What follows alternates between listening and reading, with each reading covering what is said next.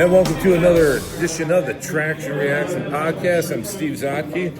With me is author Denny Miller.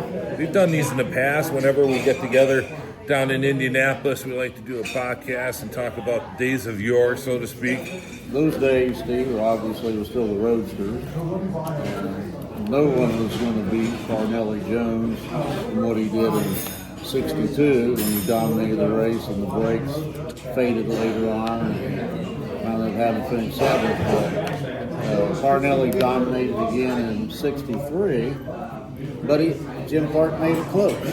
And in the later stages of the race, Clark was closing in on him, and Parnelli was losing oil to the point where Harlan Fingler was going to black flag him. And his car owner, Chris,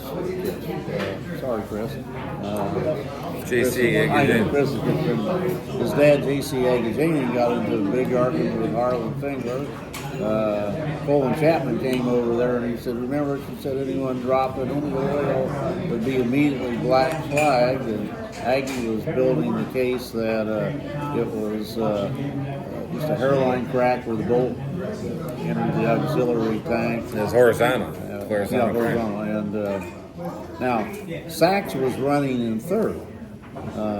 And the thinking was they're not going to black flag Parnelli to let a, in quotes, foreigner win the race. Right.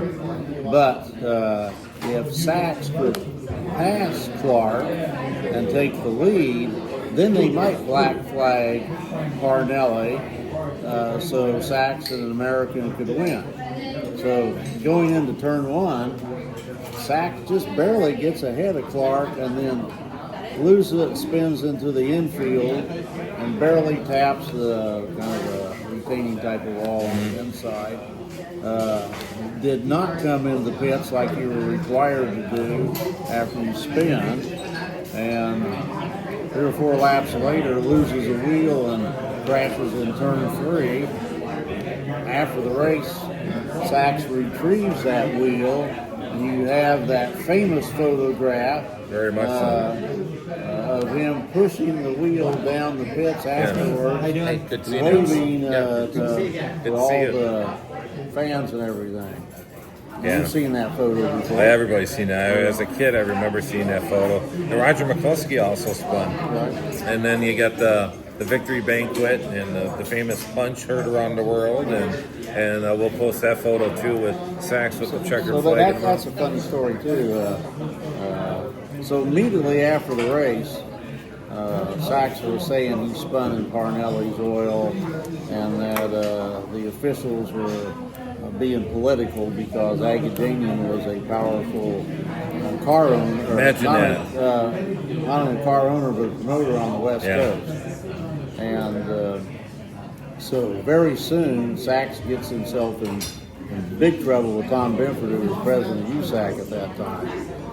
But going back to the next day at this luncheon, Parnelli was there with Aggie, and Eddie goes up to get a drink, and Parnelli paraphrases, says, I don't really appreciate you saying you spun in my oil. And he said, well, I did. And he said, you're a liar. And he said, no. And he said, call me a liar again, I'm going to punch you in the nose. And Sachs says, well, you're a liar. And then Parnelli decked him, and they kind of scrambled and wrestled to the ground and was quickly brought up. I'll take Parnelli in that one. Oh, definitely. But so Nancy Sachs, Eddie's wife, Eddie, the press is here, let's go. So they go across to where they were staying at the Speedway Motel, and an Indy Star photographer comes to get a picture of the story.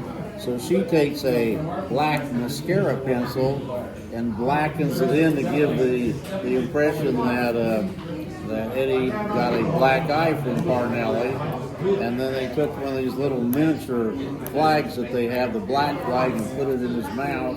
And that picture was taken, and it went across the AP and all across the country like that. Only Sachs could pull that off like he did. And then it gets even funnier. The victory banquet was that night, so Eddie decided he was not going to go. And his sponsor, Phil Hedback, had this idea: we'll get 4 beautiful orderlies to carry you in on a stretcher to collect your check. And liked that idea, but he said, "No, I'm going to have Wally Muskowski pick up my check." Well, by the way, I want to thank Charlie Brown's for their hospitality. We're here, Charlie Brown's in the Robin Miller room. We appreciate the access and them letting us do this little chat as we're at Denny Miller, of course, Steve Zautke, the Traction Reaction podcast. And getting back to Jim Clark, Oh, by the way, he did finish second. Yeah. Jim Clark. And with Gurney, the story I like to bring up then is following August 1963 Tony Bettenhausen 200, in which the Lotus cars qualified 1-2, and Clark dominated that race. Gurney, interesting story, finishes third, and some people don't realize what happened. They only had one set of the correct jets for the carburetors. That Lotus was one of the last cars to be carbureted at the Speedway or on the USAC National Championship Trail. And Gurney told me that they had one set of carburetors with the correct jetting. And, of course, Clark being the number one driver, he got it.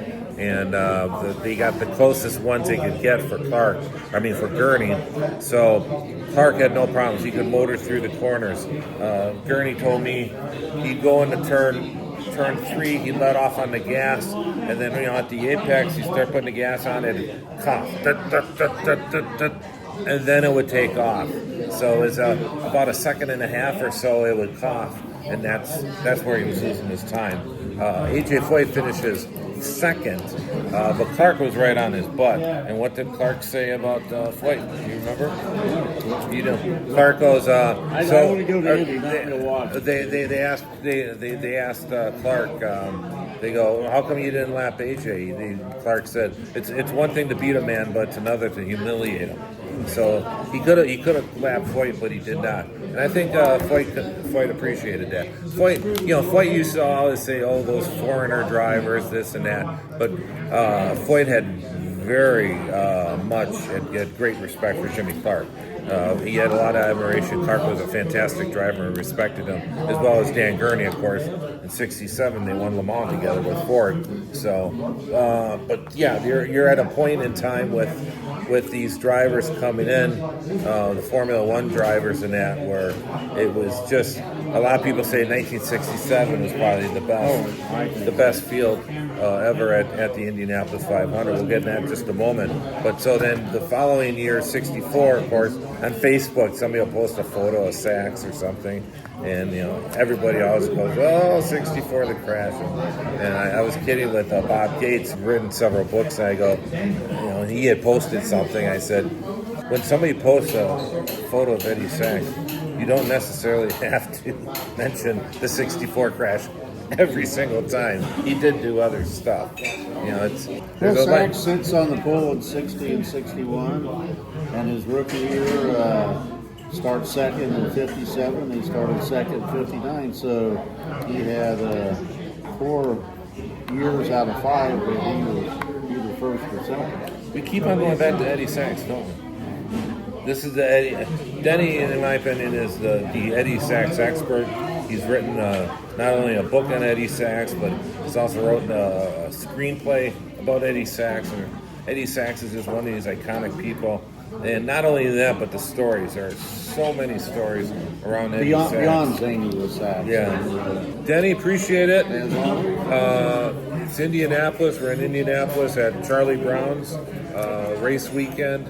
And always a special seeing you coming in from California, me from Wisconsin.